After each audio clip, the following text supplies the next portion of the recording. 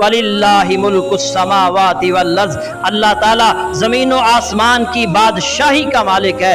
यख़्लुक़ु मा यशाउ, जो कुछ चाहता है पैदा करता है। यहबु लिमन यशाउ इनासन, जिसे चाहता है लड़कियां दे देता है। व यहबु लिमन यशाउ ज़ुकूर, और जिसे चाहता है लड़के दे देता है। औ युज़व्विजुहुम ज़ुक्रानन व इनासन, जिसे चाहता है लड़के और लड़कियां मिला जुला कर दे देता है। व यजअलु मन यशाउ अकीमा, जिसे चाहता है बांझ कर देता है।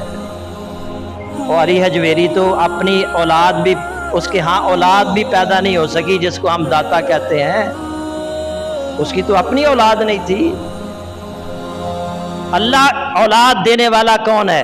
अल्लाह बेटे दे सकता है, बेटियां दे सकता है, बेटे और बेटियां देने वाला वो है। और बाज को ऐसा है कि वो औलाद की नेमत से महरूम कर देता है।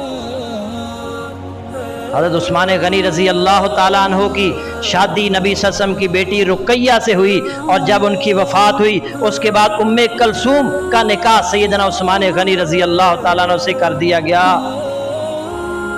और इनमें से हज़रत उस्मान के यहाँ कोई औलाद नहीं हुई, ना हज़रत रुक़ैया से ना उम्मे कलसूम से।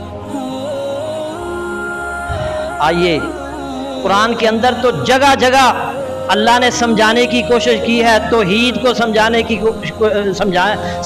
कोशिश की है कि तौहीद को समझ जाओ, शिरक को समझ जाओ। शिरक क्या है? चंद एक मिसालें मैं आपके सामने कुरान की रखना चाहता हूँ। वल्लज़ीना यदऊन मिन दूनिही ला यस्तजीबून लहुम बिशैइन, अल्लाह ताला को छोड़कर जिन्हें ये मुशरिक लोग पुकारते हैं, वो माबूदाने बातिल, इनकी दुआओं का कोई जवाब नहीं दे सकते।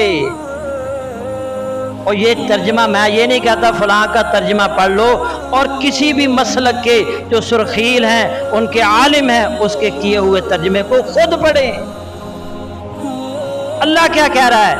और जिन्हें ये लोग मुशरिक पुकारते हैं, वो माबूदाने बातिल, इनकी दुआओं का कोई जवाब नहीं दे सकते। इल्ला कबासिती कफ़ैही इलल माई लियबलुगा फाहू, उन्हें पुकारना तो ऐसा ही है जैसे कोई शख्स पानी की तरफ हाथ फैलाकर उससे दरख्वास्त करे कि तू मेरे मुंह तक पहुंच जा।